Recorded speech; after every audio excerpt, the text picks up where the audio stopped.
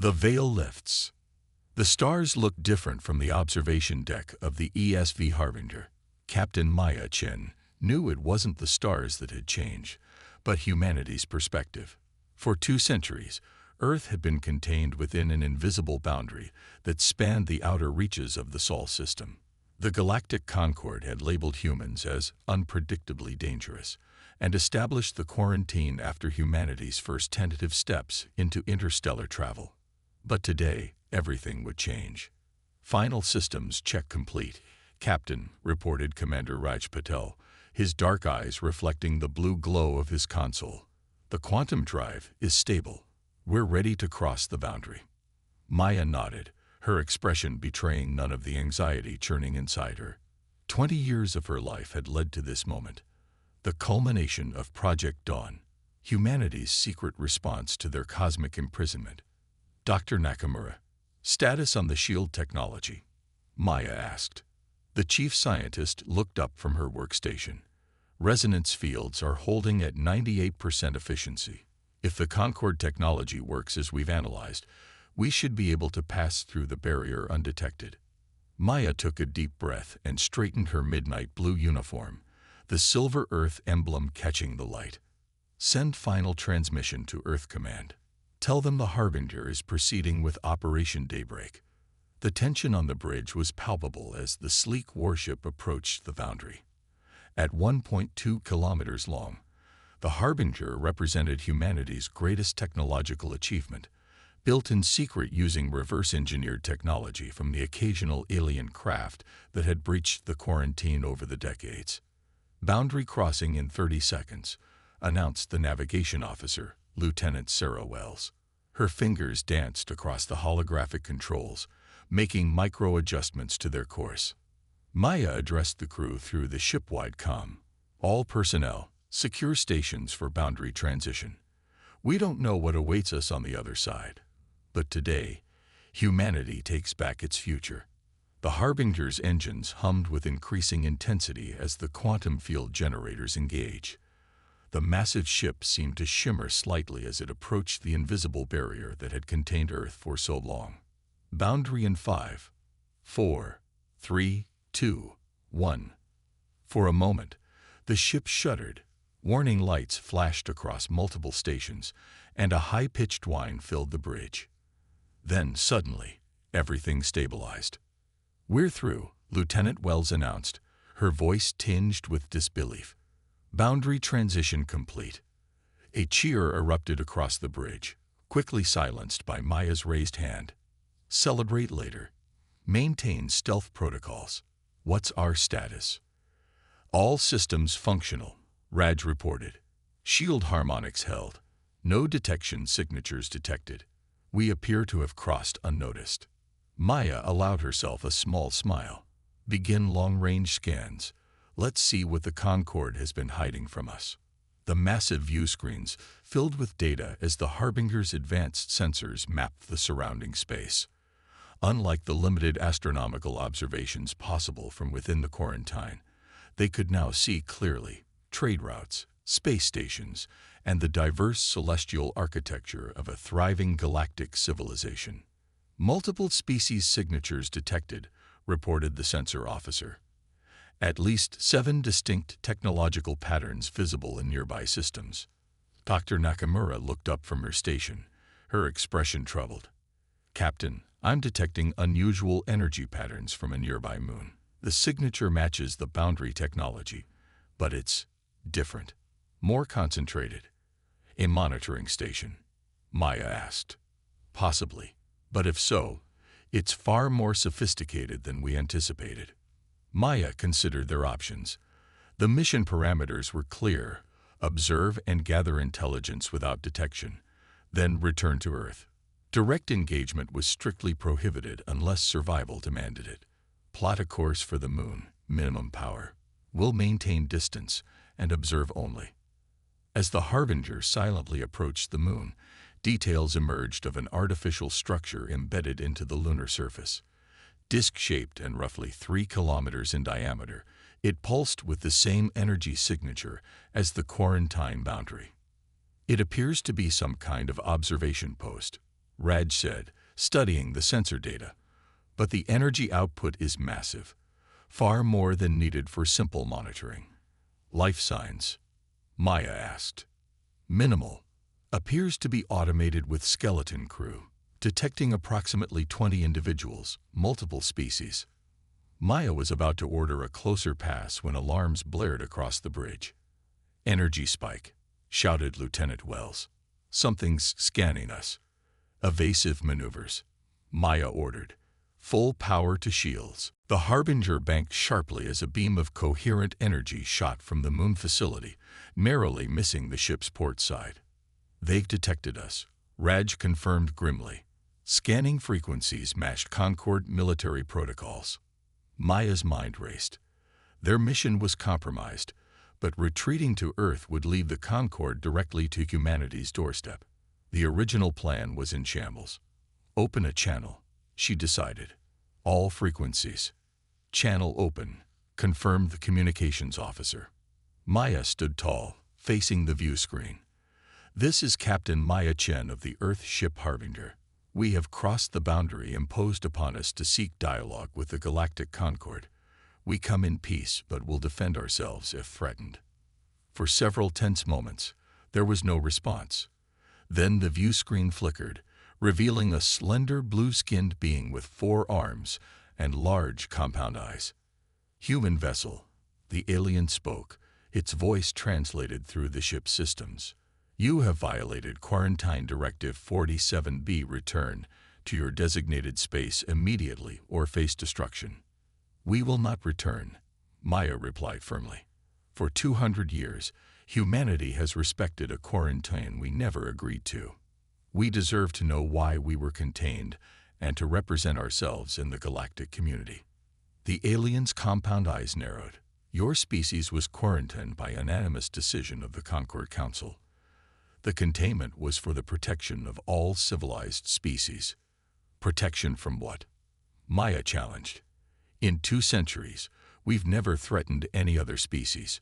Your potential for violence and unpredictability was deemed unacceptable. The alien stated flatly, return to your designated space, or we will open fire. Before Maya could respond, Dr. Nakamura urgently called out, Captain, I've decrypted some of their data transmissions. The facility is sending our specifications to a Concord fleet. 8 vessels, heavily armed, estimated arrival in 20 minutes. Maya made a swift decision. We didn't come this far to retreat. Tactical, mark all weapon emplacements on that facility. Target for precision strikes only. I want systems disabled, not destroyed. Targeting systems locked. Confirmed the tactical officer, Lieutenant Marcus Kim. Ready on your command. Maya addressed the alien once more. We came seeking dialogue, but we will not be threatened. Stand down your weapons and recall the fleet, or we will demonstrate why humanity does not respond well to ultimatums. The alien's expression shifted subtly, a flicker of uncertainty. You possess no technologies capable of withstanding a Concord battle group. This is your final warning. Maya cut the transmission with a gesture. Lieutenant Kim, disable their communications array and weapon systems. Minimal force. Firing. Kim responded. The Harbinger's advanced pulse cannons fired with surgical precision. Bright beams of concentrated energy struck the facility's communication dishes and weapon batteries, disabling them without causing catastrophic damage. Direct hits, Kim reported. Target weapons and communications disabled. Now they're long-range sensors, Maya ordered. Another series of precise shots eliminated the facility's ability to track or communicate with the approaching Concord fleet. Dr. Nakamura, what else can you extract from their systems while we have the chance? The scientist worked rapidly at her station. I've established a connection to their data cores. Downloading now.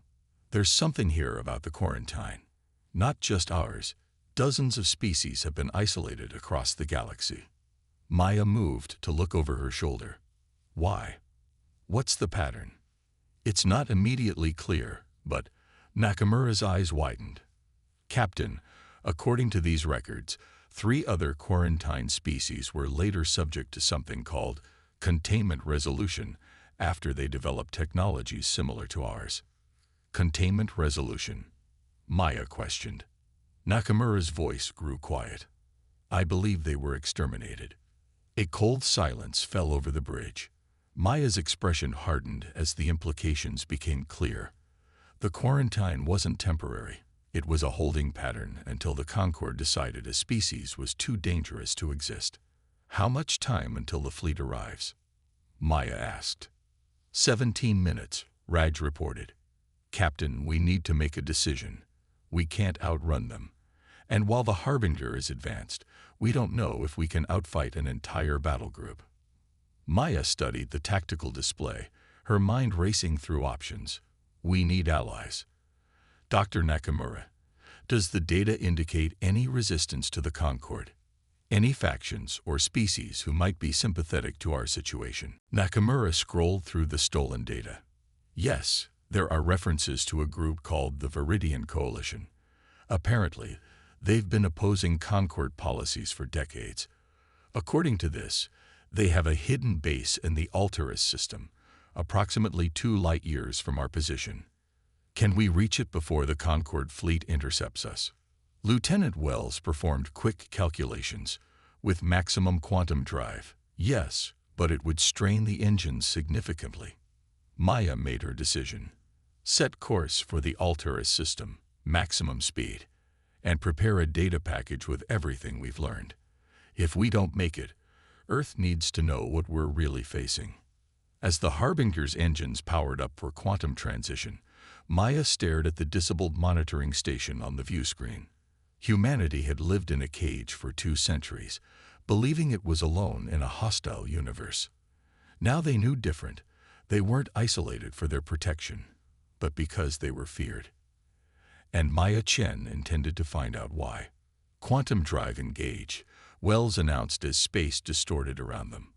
The Harbinger vanished in a flash of light, leaving behind a disabled Concorde facility and racing toward an uncertain alliance that might determine the fate of humanity itself. Allies in the shadows. The Harbinger emerged from quantum space with a shudder, her hull glowing from the stress of the rapid transition. Captain Chen gripped her command chair as the ship's systems stabilized. Status report, she ordered, scanning the view screens showing the Altaris system, an unremarkable red dwarf star surrounded by gas giants and asteroid fields. Quantum drive cooling, all other systems functional, Raj reported. No signs of pursuit, but our wake signature would be detectable to advanced scanners. Any signs of the Viridian Coalition? Maya asked. Lieutenant Wells frowned at her sensor readings. Nothing obvious, Captain. The system appears uninhabited. Dr. Nakamura approached the command center. According to the data we extracted, the Viridians hide their bases in unusual locations. The records mentioned void structures, whatever those are. Maya considered this information. Lieutenant Kim scanned for anomalous radiation signatures, particularly within the asteroid field. If I wanted to hide a base, that's where I'd put it. The tactical officer adjusted the sensor parameters. After several minutes of scanning, he straightened in his chair. Captain, I'm detecting faint energy fluctuations from a cluster of asteroids at the far side of the system. The pattern is regular, definitely artificial. Set course, but approach with caution, Maya ordered. Maintain defensive readiness. As the Harbinger navigated through the asteroid field, the sensors revealed more details. What initially appeared to be a random cluster of space rocks was actually a carefully arranged formation surrounding a hollow core. Within this protected space floated what looked like a collection of interconnected habitats and ships, a hidden space station cobbled together from diverse technologies. We're being scanned, Kim announced. Multiple targeting systems have locked onto us. Before Maya could respond, the communications system activated. Unidentified vessel, came a gravelly voice. You have entered Viridian Coalition territory. State your purpose or be destroyed. Maya nodded to the communications officer. This is Captain Maya Chen of the Earth ship Harbinger. We seek dialogue with the Viridian Coalition regarding mutual opposition to Concorde policies. A long pause followed. Earth, the quarantined human world. The voice sounded surprised. Maintain position. Do not deviate or power weapons. The communication cut off. Maya exchanged glances with Raj, who shrugged. I guess we wait, she said. 20 minutes later, a sleek vessel detached from the hidden station and approached the Harbinger. Smaller than the human ship but bristling with what appeared to be advanced weapon systems, it took up position alongside them. They're requesting permission to dock, the communications officer reported. Maya nodded. Granted. Lieutenant Kim, security teams to docking bay 3. Respectful but alert. The alien vessel connected with practiced efficiency to the Harbinger's docking collar. When the airlock cycled open, Maya was waiting with a small delegation, including Raj and Dr. Nakamura. 3 beings stepped through. The leader was tall and vaguely humanoid, with iridescent scales covering its body and 4 eyes arranged horizontally across its face. Behind it stood 2 different species, one squat and muscular with gray skin, the other slender with multiple jointed limbs. I am Krellvorn, commander of Viridian Coalition forces in this sector, the scaled being said, its voice translated through a device on its chest. How did humans breach the quarantine, and why should we not immediately inform the Concord of your location? Maya stepped forward. Because we share a common enemy. The Concord has imprisoned humanity for 2 centuries without cause, and we've discovered they've done the same to many other species. Krellvorn's upper eyes narrowed. Follow me. This discussion requires privacy. The delegation was led to a conference room, where Maya shared everything they had discovered. The monitoring facility, the data about other quarantine species, and the ominous containment resolution protocol. Krellvorn listened intently, occasionally exchanging glances with its companions. When Maya finished, the alien commander leaned forward. You've confirmed what we've suspected for decades. The Concord presents itself as a benevolent government, but it's actually controlled by something far older and more sinister. What do you mean? Maya asked. Krellvorn activated a holographic display showing a complex network of connections between various species and worlds. The Galactic Concord is a puppet. The true power lies with the Axiom Collective, an ancient group of synthetic intelligences that have guided galactic development for millennia. Dr. Nakamura frowned. Artificial intelligence, controlling organic governments. Not exactly AI as you would understand it, explained Krellvorn. The Axiom began as organic beings who merged with technology until they transcended physical form. They believe in perfect order and predictability. They isolate or eliminate any species that develops along paths they cannot predict or control. And humans are unpredictable, Raj asked. Exceptionally so, said one of the other aliens, the muscular gray-skinned one. I am Drav, last survivor of the Terulian species. We were quarantined like humans, then exterminated when we developed quantum communication technology the Axiom couldn't monitor. Your capacity for creative problem-solving terrifies them. Maya absorbed this information, her mind racing. How many of you are there? How large is this coalition? Krellvorn made a gesture that might have been a shrug. We represent 12 species across 27 hidden outposts. Some were quarantined and escaped. Others recognized the Concord's true nature and defected. We've been gathering strength and intelligence, waiting for the right moment to act. And why haven't you? Maya challenged. Because the Axiom control the most powerful weapons in the galaxy, Krellvorn replied simply. Their command vessels are virtually impregnable with conventional technology. We've been searching for a weakness, a way to defeat them without triggering galaxy-wide devastation. Lieutenant Kim's voice came through Maya's communicator. Captain, we've detected multiple ships entering the system. Concord signatures. Maya looked sharply at Krellvorn.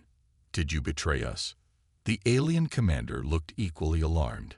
No, they must have tracked your quantum wake. We need to move quickly. Rapid decisions were made. The Viridian base began emergency evacuation procedures while Krellvorn and a small delegation transferred to the Harbinger. Together, they would attempt to reach another, more secure coalition outpost.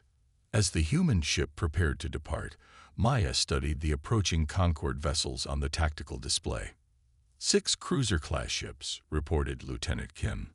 Heavy weapons signatures. They're deploying fighter craft. We can't outrun them with the quantum drive still cooling, Raj warned. Krellvorn stepped onto the bridge, eyes narrowing at the tactical display. Captain Chen, your ship possesses technologies we've never seen before. What combat capabilities does it have? Maya exchanged glances with her officers. The Harbinger had been designed with advanced defensive systems, but they had never been tested in actual combat. Enough to give them something to think about, she replied grimly. Lieutenant Kim, power up the gravitic distortion array. Let's show the Concord what humans have been developing during our isolation. The Harbinger's main weapon system was unlike anything the Concord had encountered, based on manipulating localized gravity fields to devastating effect. As the first wave of Concord fighters approached, Kim activated the system. Space itself seemed to ripple between the Harbinger and the incoming craft. The fighters abruptly veered off course, some crashing into each other as their navigation systems failed to compensate for the sudden gravitational anomalies. Impressive, Krellvorn commented. All 4 eyes widened. But the cruisers will adjust their approach. True to prediction, the larger Concord vessels slowed their advance, analyzing the unexpected defense. Then they began launching missiles from beyond the effective range of the gravitic array. Incoming ordnance, Kim reported. Impact in 40 seconds. Maya turned to Dr. Nakamura. Time to test the phase shields. The scientist nodded and activated the experimental defense system. As the missiles approached, the Harbinger's hull shimmered with iridescent energy. Rather than creating a conventional energy barrier, the phase shields momentarily shifted portions of the ship slightly out of normal spacetime, causing the incoming projectiles to pass through harmlessly. Krellvorn stared in astonishment. Your species developed phase-shifting technology in isolation. The Axiom will consider this an extinction-level threat. I'm counting on that, Maya replied, a plan forming in her mind. They fear us because they can't predict us. Let's use that fear. She turned to communications. Open a channel to the Concord vessels. When the connection was established, Maya faced the screen with determined confidence. Concord vessels, this is Captain Chen of the Earth ship Harbinger. You've witnessed a fraction of our capabilities. We have shared our technology with the Viridian Coalition and established mutual defense protocols. Any action against Earth will trigger immediate retaliation from both our forces. She paused, letting the bluff sink in. However, we are willing to negotiate. Stand down your weapons and arrange a diplomatic meeting with actual Concord representatives, not Axiom puppets. The response came quickly, from a stern-faced reptilian being. Your deception is transparent, human. The Axiom Collective has decreed your species requires containment resolution. Your resistance is futile. Maya's expression hardened at the confirmation of humanity's intended fate. Then you leave us no choice. She cut the transmission and turned to Krellvorn. Your coalition. How quickly can they mobilize? The alien commander considered the question. With emergency protocols, we could assemble perhaps 30 combat-capable vessels within 2 planetary rotations. But against the Concord fleet, we don't need to defeat their entire fleet. Maya interrupted. We need to strike at the Axiom directly. Where is their primary command center? Krellvorn hesitated. No one knows for certain. The Axiom operate through proxies and automated systems. But the alien brought up a star chart on the auxiliary display. Intelligence suggests their central operations are coordinated from the Helix Nebula. It's heavily defended. A suicide mission. Maya studied the chart, noting the nebula's location relative to Earth. Not suicide. Necessity. The Concord is preparing for containment resolution against Earth. We don't have the luxury of caution. Lieutenant Wells interrupted. Captain, the Concord vessels are moving to surround us. Plot an escape vector, Maya ordered. Maximum burn through the thinnest point in their formation. We need to reach your secure base, she added to Krellvorn. It's time to gather your coalition. As the Harbinger's engines roared to life, Maya watched the approaching Concorde ships with grim determination. Humanity had lived in peaceful isolation for 2 centuries, advancing their technology while believing they were alone. Now they knew the truth. They had been sentenced to extinction from the moment they reached for the stars. But the sentence had yet to be carried out, and Maya Chen had no intention of allowing it to be. The Harbinger accelerated, its advanced propulsion systems pushing it toward freedom as the first shots from the Concorde cruisers streaked past its hull. Behind them, the hidden Viridian base had already begun to scatter, its components separating and vanishing into the asteroid field. A new alliance was forming, one that would soon challenge the very foundations of galactic power. The turning tide. The command center of the combined fleet hummed with activity. Representatives from 7 formerly quarantined species worked alongside Viridian Coalition officers, preparing for what many considered a suicidal mission. At the center of it all stood Captain Maya Chen, now appointed admiral of the hastily assembled alliance. Final fleet status, Maya requested, studying the holographic display showing their 34 vessels positioned at the edge of the Helix Nebula. Krellvorn, now her second in command, consulted a data terminal. 22 combat vessels fully operational, 8 support ships with medical and technical capacity, 4 scout vessels already deployed into the nebula perimeter. Maya nodded. And the Harbinger. Dr. Nakamura reports the modifications to the gravitic array are complete, Raj answered. It's untested at this scale, but theoretically capable of disrupting the Axiom's defense grid long enough for our infiltration team to board their command vessel. 2 weeks had passed since their escape from the Concorde pursuit. The Coalition had mobilized with impressive speed, but so had their enemy. Intelligence reports indicated that a massive Concorde fleet was already en route to Earth, carrying what the Axiom called containment resolution devices, planet-killing weapons designed to eradicate unpredictable species. They had less than 3 days to stop them. Any word from our scouts? Maya asked. Lieutenant Kim adjusted the communication array, receiving data now. Confirming Axiom presence within the nebula, a massive structure approximately 20 kilometers in diameter. The holographic display updated, showing a wheel-shaped construct floating within the colorful gases of the nebula. Surrounding it were dozens of Concorde vessels and automated defense platforms. That's their command center? Maya asked, studying the imposing structure. Krellvorn nodded. The Axiom Nexus. From there, they coordinate all Concorde activities across the galaxy, the physical manifestation of their collective consciousness. Maya addressed the assembled command staff. We all know what's at stake. Not just Earth, but every quarantine species, every world living under Axiom control without even knowing it. Our advantage is surprise. They don't expect a coordinated attack, and they certainly don't expect us to target the Nexus directly. She activated the tactical display. We'll divide into 3 battle groups. First group creates a diversion at the nebula's southern boundary, drawing away their mobile defenses. Second group, led by the Harbinger, punches through their remaining line and approaches the Nexus. Third group remains in reserve, moving in only when we've confirmed successful infiltration of the target. The plan was daring but relied heavily on unproven technology and desperate courage. Still, no one voiced objections. For many of the Coalition species, this was their only hope of avoiding extinction. The infiltration team, asked Drav, the muscular, gray-skinned Terulian. Myself, Commander Krellvorn, Lieutenant Kim, and Dr. Nakamura, Maya replied. We'll board using the Harbinger's stealth shuttle while the gravitic array disrupts their sensors. The objective once aboard? Krellvorn inquired.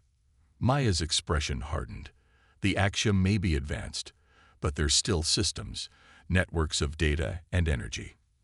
Dr. Nakamura has developed a quantum virus designed to disrupt their collective consciousness, forcing individual units to function separately. Divide and conquer. The assembled officers exchanged glances.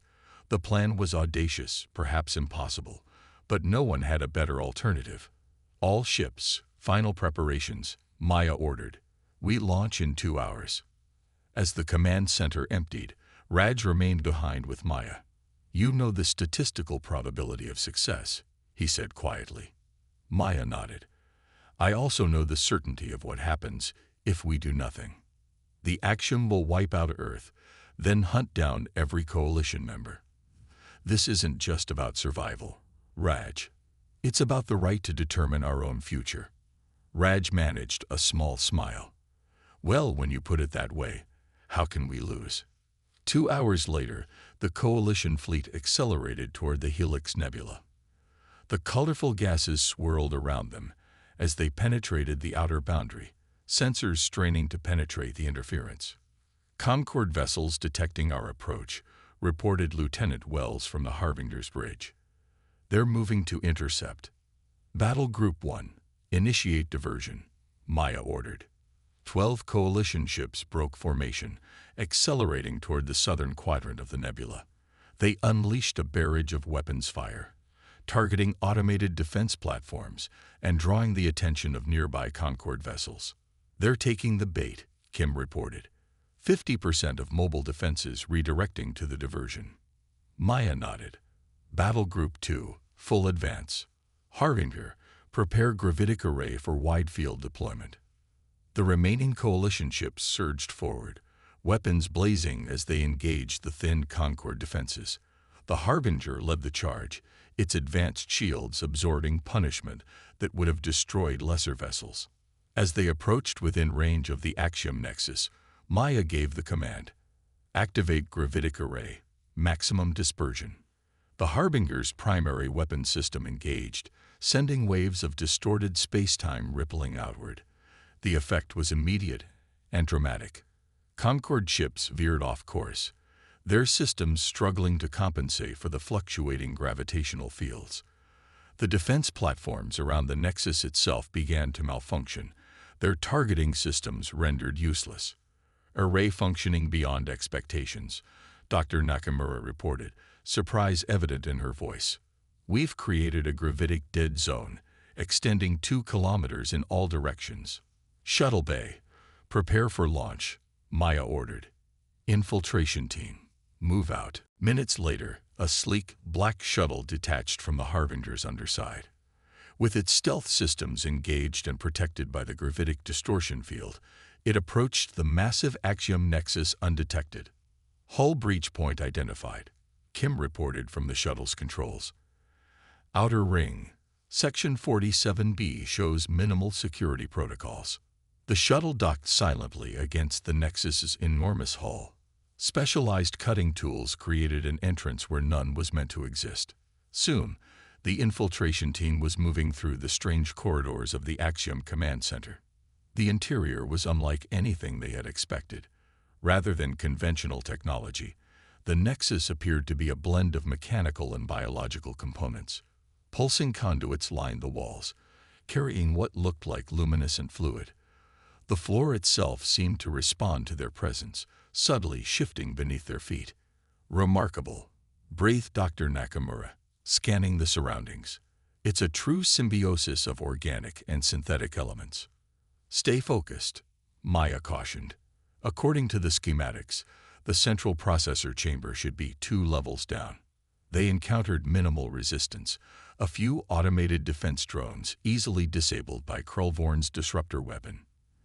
The Axiom, it seemed, had grown complacent in their security, never expecting a direct infiltration of their sanctuary. Something's wrong, Krulvorn said suddenly, 4 eyes scanning the corridors. This is too easy.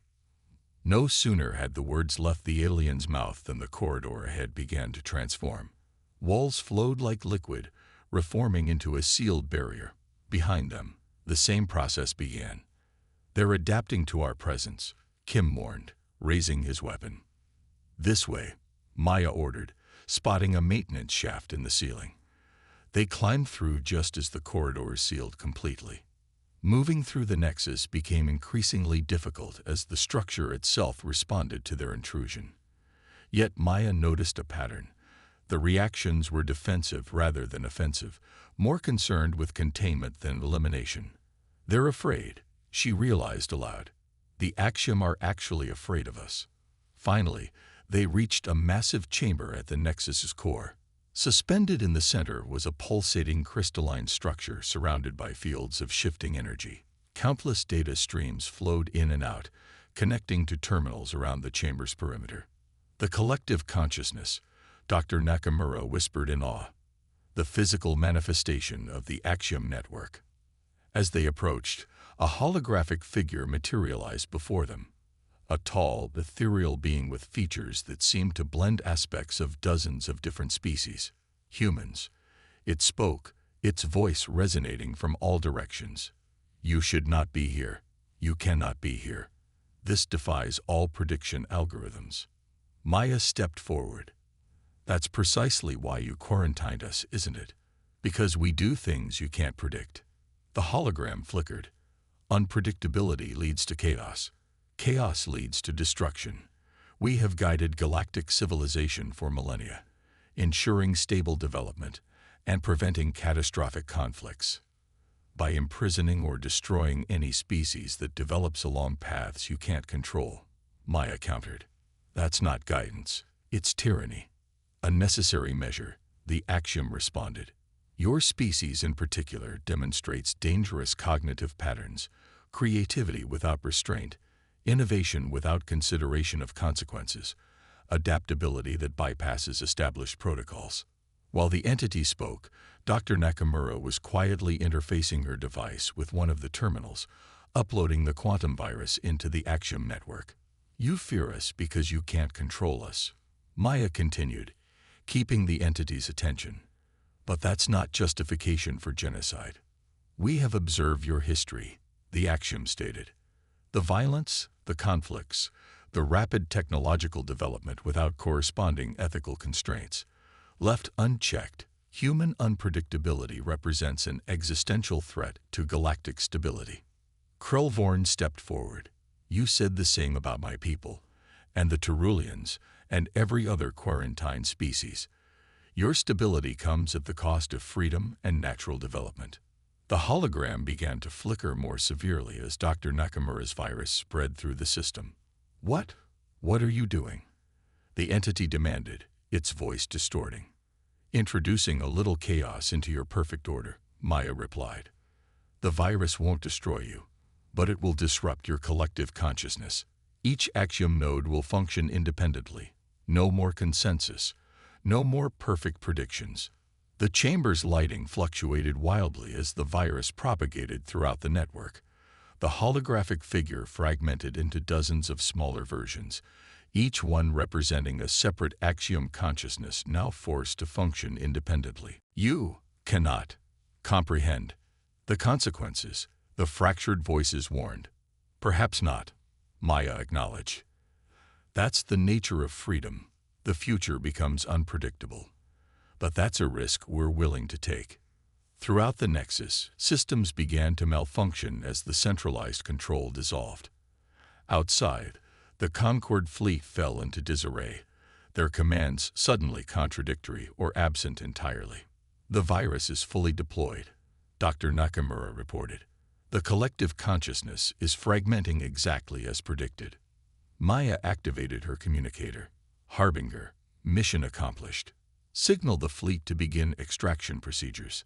As they made their way back to the shuttle, navigating through a nexus now in chaos, Maya reflected on the irony of their victory. The Axiom had feared human unpredictability, and that very quality had been their undoing. 3 days later, aboard the Harbinger, Maya stood before representatives of the coalition species and her own command staff. The view screen show.